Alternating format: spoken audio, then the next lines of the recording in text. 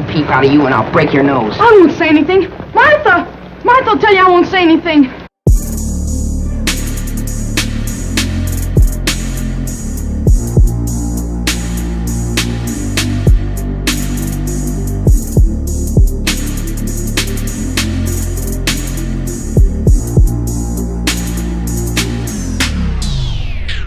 If you love listening to this show, please consider giving a rating and a review on Amazon Alexa or wherever you listen. We want to continue bringing you this amazing content, and part of our ability to do that means that we need a big audience. Now, it may not seem like much, but rating and reviewing the show will help more people find us, just like how you found this show. Simply on any podcast platform, search for our show, scroll down to the bottom, and push 5 stars. It's that easy. Thanks for supporting the show.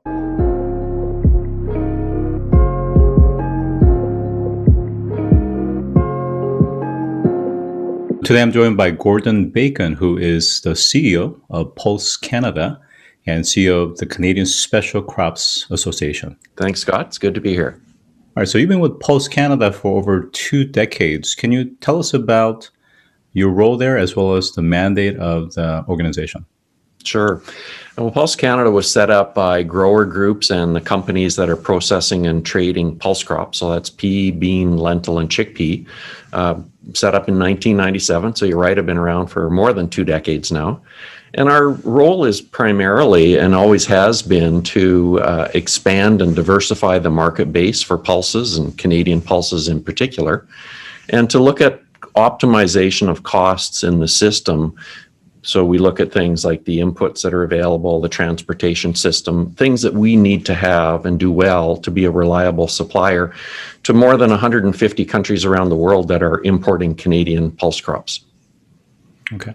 Can you talk about over the last 20 plus years how the organization has changed and responded to the dynamic needs of the global market, as well as the domestic nuances in terms of subsidies, legislation policies, as well as the, let's call it the value chain that goes into the development of these products? Yeah, it's a fascinating story, and I'm really lucky to have been a part of it for all of these years. When we were set up as an organization, I think we had a very insightful board, and that they suggested to us as an organization that what we needed to focus on was the world as it looks from the consumer perspective, and to challenge ourselves with the questions of what it is that the Canadian pulse industry would need to do to be seen as a food ingredient of choice for the future. So literally for 20 years, we focused on health, nutrition, and environmental sustainability. And when we started this focus, there was a lot of things that we didn't know about Canadian pulse crops, and we focused first on a lot of health and nutrition issues. And certainly over the last decade, I would say that environmental sustainability and the definition of sustainability and how it will influence food markets around the world has been a real priority. So that's kind of the basis for our focus on expansion and diversification of market base, is to understand what we need to do to deliver information to the marketplace and look at how we can be competitive in a changing food marketplace. So I think the theme has been consistent for 2 decades. The activities, of course, have evolved remarkably as we've learned some things, as we've added to the knowledge base, and as the world market really has changed from one that was really based on being a commodity supplier to markets where pulses are a major source of protein in the diets, to one where we're now focusing very much on the food ingredient market and trying to understand where the focus on plant protein is going to go, how we need to be positioned. And with that comes that change in utilization of pulses comes some different questions about functionality in replacement of some products, like maybe dairy or animal meats, but also as a partner in an ingredient in what might have been primarily a cereal-based food in the past. So I think the journey has taken us in a lot of different directions, and all of them are, I think, preparing us for what we see as a decade of real change coming up in the food industry on a global basis. Okay, so I want to come back to some of the topics that you brought up because I think it really requires a little bit more time to examine that. But I want to go back and ask you a little bit about your role as the CEO of also the Canadian Special Crops Association and how that organization works with the Pulse Canada organization. Yeah, Pulse Canada is this 5-member organization where we have 4 grower groups representing different production regions across Canada. And the Canadian Special Crop Association is the trade, so the commercial side of processing and exporting. And I think the strength of Pulse Canada for 2 decades is that we've brought both the farmer perspective as well as the trade and commercial perspective. And I think the dynamics of these 2 groups working together, has made us a strong organization because we have both kind of that production knowledge base with our board of directors, but we also have the commercial linkage to processing and the food industry through the CSCA. So each organization looks at the pulse industry from a different perspective. And what Pulse Canada is doing is sort of bringing together the grower view and the trade view and focusing on issues of common interest across. So we work as a board on the basis of consensus and focus on issues that unite us. And not only on a Canadian basis, but we work closely with the Global Pulse Confederation, which is, sort of our partnership with the Americans, the Australians, Turkey, importing nations like India and others. So I think we work well together. I think it creates a dynamic that keeps us agile and looking forward. So I want to briefly talk about kind of legislative challenges. I know that the U.S. policy for the last several years has been challenging at best when it comes to commerce and trade in terms of NAFTA. How has that affected the pulse market in Canada, and how has the composition or percentage allocation of the export have changed over the years as well? Yeah, I think we have a really good trade relationship in the North American context because the crops, pea, bean, lentil, and chickpea, haven't really been affected by some of the trade irritants that have happened within the NAFTA framework. Our trading partners primarily have been South Asia, so India for many years was the number 1 country. And China now has emerged as our number 1 market for peas. So we still have had trade issues, but they haven't really been on a north-south basis in terms of Canada and the United States, but more dealing with issues that have arisen over the years with trade into India and to China. So I think we see very much the dynamics of major trading partners, the US, China, and India, and some of the politics doesn't come into our market and influences product flow, influences pricing and originations of pulse crops. But, we haven't had the same level of problem that major crops like soy has had, or, some of the issues related to animal meats. In some ways, we've been lucky in that we've been flying under the radar screen. Very interesting indeed, and that does give us a perspective on things. Now, because of these 2 countries you reference represent a pretty large, percentage, but of course you did mention, this particular market is serving upwards of 180 different countries. But what are some thoughts around diversification in terms of revenue risk, export risk? Well, I think anytime an industry, whether it's our industry, the pulse industry, or automotive, it doesn't matter.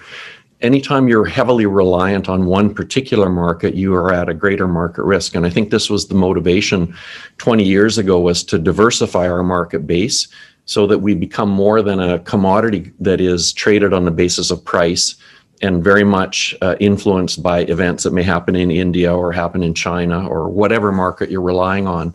So I think a key part of our strategy for stability was to have a diversified market base, not only geographically, but also from an end product perspective. Traditionally, pulse crops were consumed in their whole form or split and were a primary source of protein in the diets of markets like India and Middle East. What we have focused on for more than 15 years is to understand how we can become a food ingredient in snack foods, in alternatives to dairy and animal meats, to be a partner with cereal crops and breads and pastas and crackers and cookies. So I think that this is a key part of what we're trying to do is to make sure that we're able to withstand any fluctuations in market access that may come up in some of our major markets. And I think also to provide some stability. You know, on a global basis, pulses on a tonnage basis are not as big as corn or soy or wheat. And so we do tend to see bigger price fluctuations. And I think a diversified market base will both give us demand stability and certainly price stability as well. Yeah, I think you make some really excellent points. Now let's go back to examine some of the changing, let's call it, market functions, but also the consumer buying behavior and diet behaviors as well. One of those, like you mentioned before, I think for the last, let's say 15, 20 years, organics have really become fairly common mainstream. And now we're starting to see the shift from organics to continuing to plant-based. And to your point, we're starting to see a lot more product portfolio that's growing around plant-based or plant-based, protein substitute that would have normally been, let's say, meat-based, for example. How big do you think that market will potentially become? And then because the value chain and the process is changing, does that put different kinds of pressures or new types of CapEx or OpEx considerations for the processors? Maybe that they have to, have it in different forms than the whole form, like you said before in the past. Well, I think that the shift to a focus on plant-based foods is something that will have a dramatic effect on a global basis. And I think the upcoming UN Food System Summit in 2021 is going to draw global attention at the consumer level, the government level, and the food industry level. So I think that this initiative or this momentum is going to continue, and I think it will become very large. And I think pulses want to understand the role that we can play within a shift to a focus on food. I think as a commodity, we would compete with other suppliers of lentils and other peas. But I think as we shift the focus away from commodity production into dietary approaches to ensuring the health of people and the health of the planet, affordability of food and availability of food to all markets, the criteria that we look at our crop on has changed dramatically. And I think it's pushed us into areas like trying to understand more carefully about what it is we're trying to achieve with local food or organic food or various designations. And our interest, I think, is to focus on outputs and to look at science-based criteria that will give us some direction as to where we need to go. So I think it has changed how processors look at the crop, because things like functionality in beverages becomes a key issue. Functionality in baked or extruded products becomes a key part of making sure that you have a consistent product. And so while in the past we may have looked at the size, shape, and color of pulses, now we're looking at other values such as environmental sustainability, functionality like stability in various products, and consistency of performance. So it really changes not only how the trade looks at it, but ultimately we'll go back to how plant breeding and how farmers look at it. So, I like to look at it to understand where the variability in quality comes from and how we manage it. And there's certainly a farm-based part of that with genetics, management, and environment. There's a processing side of things, the variability of how you grind and produce flours and other products. As you mentioned, the forms in which pulses are being consumed include now pea isolates and pea concentrates. So we need to understand some of those processes. And over top of all of that, we start to layer in the environmental impact in water use and carbon balance, and even looking at things like biodiversity and how crop systems with pulses in them compare to other origins and other options of production of these crops. So it really changes everything. And I think that's why it becomes part of what we need to do so that people can understand the complexity of the farm system and crop production systems and where pulses fit. And we can reimagine foods, not just to change what people eat, but to change the formulation of what's in those products. So does bread have to be made from only wheat? No, of course not. It can have pea or lentil flour in it. Pasta can have durum wheat, but it can also be incorporated, with pulses, or you can actually replace all of the wheat and put pulses in. So those are the kinds of questions that arise and the challenges then that we have to set out to find answers for. Yeah, I think that there's a lot of complexities, and you brought some excellent points. Going back to, for example, functionality and features. The let's call it the spreadsheet of characteristics of the functionalities is growing, and I think there's a greater demand for various other things. So, for example, I know that there's demand for things like duckweed, which as a plant base has a high level of protein. And one of the things that the duckweed is doing relatively well is because it doesn't have some of the functionality or adverse aspects of, let's say, soy, for example, whether it's being certain color or certain smell or certain texture, ability to handle certain kind of heat. So the functionality, you're right, I think in some ways kind of goes back to the production, goes back to even the genetics of it and the kinds of varietals that are selected and how it's harvested. So a lot of complexity, a lot of interesting challenges as well. One quick question, and then let's transition to climate changes. When you look at the kind of future landscape where you have, the food market is changing fairly vastly. I think the snack category is a pretty big category in itself. But then within the meat substitute, it's not just plant based, but there's traditional, let's call it lab meat as well. That's cropping up. So for those that are not willing to eschew meats, you have this option of let's say chicken or shrimp or even beef, and we're starting to see even dairy that is manufactured in almost like a biotech context. How are these types of new trends potentially going to change the output and the volume of the pulse market? Well, I think it goes back to that question of functionality, and that the end product will define the quality characteristics that are needed, and that changes how you process it. It also changes potentially what variety, the plant breeding behind it, and it may also have an impact on how it's managed. Because we know from wheat, we know from barley, from many crops that both genetic differences and environmental differences and management differences have a huge impact on functionality. So in the past, farmers maybe produced a product and that was what was put on the market. We're really looking at almost reverse engineering now and saying, what's the end use of this product in the pulse category, and what are the characteristics that will make it valuable and desirable? So, it might be something like oil content, which we never would have looked at in traditional markets where pulses were cooked in their whole form, but when they're processed, maybe that's a characteristic that becomes important. And then we have to start to look at what kind of varietal differences we have in the existing gene pool. We have to look at how climate and whether something is grown in a cooler and moister region of Canada or a hotter and drier area. We know in other crops this impacts functionality. So to be the reliable supplier, we need to understand where the variability in quality comes from and know what quality we're looking for, and then work to enhance it and prevent negative qualities from entering into that value stream.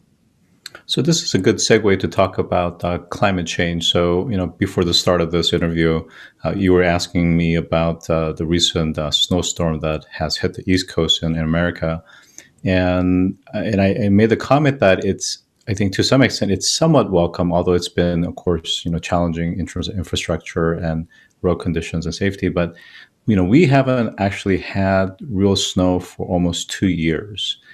So what we're starting to see is really volatility and some significant changes. And of course, if you review this year as well as last year, wildfires across the world, Australia, California, all over the places that shouldn't really have wildfires, including the Scandinavian countries, to the melting of the Arctic and some of the Greenland ice as an example. How are these things really changing some of the conditions that allow for some of these varietals to thrive? And then to your point, it also ultimately affects the product development of the functionalities that growers and producers are looking to manufacture. Yeah, that climate variability is something that farmers anywhere in the world understand very well. If they were accustomed to certain months of the year being associated with rain or drier conditions during harvest, the variability in weather patterns has certainly changed that, and we've seen that in many production regions around the world. And of course, when pulse crops are traded, and when you have a major market like India, you can imagine that a disruption in the monsoon or adverse weather at time of harvest can really change that global supply and demand picture. So farmers certainly see all of that. I think the biggest, so we have to be looking at a sort of variability of production related to climate change and how resilient we'll be as climates start to shift. And one of the things about pulse crops is we have a number of crops that, many of them are Mediterranean based, so hotter and drier doesn't necessarily make it worse for the crops. In some cases, we just look at shifting the type of pulse that's grown to adapt to whatever the climate is in the area that it's being grown. I think the biggest change for the farm and the whole food value chain is going to become as a result of how society looks at food and its contribution to environmental degradation. So in certain parts of the world where water is scarce and crop production is competing with freshwater demands from other sources, we're going to have to ask the question, does it make sense to grow that crop that needs scarce groundwater in this region? I think that we'll take a look at food and sort of look at how do we meet the dietary requirements of people, and how is the demand for food going to impact a specific ecosystem? I work for the pulse industry, so we like to think that we're well situated to meet the demand for plant-based protein. But I also know that there are certain ecosystems that grazing animals are best suited for, and that it would be catastrophic from an environmental perspective or soil perspective to think that we could use that land to grow crops. Grazing animals make sense in certain ecosystems. It could be that pulse crops don't make sense in certain ecosystems. So I think the key, and one of the challenges we have in the food industry, is to understand the criteria against which we want to measure food industry's impact on specific ecosystems. So while on a worldwide basis we can make generalized statements, what we have to know is the impact locally on what producing, whether it's a grain crop, a vegetable crop, fruit crop, or animal meats and milks will have. And I think, to me, it's about trying to match ecosystem potential with its contribution to the food industry. Just to give you one example of, the challenge of it, clearly cultivating land, putting it into crop systems that may include mixes of pulses and oil seeds and wheats and other things, is going to be disruptive to the native ecosystem.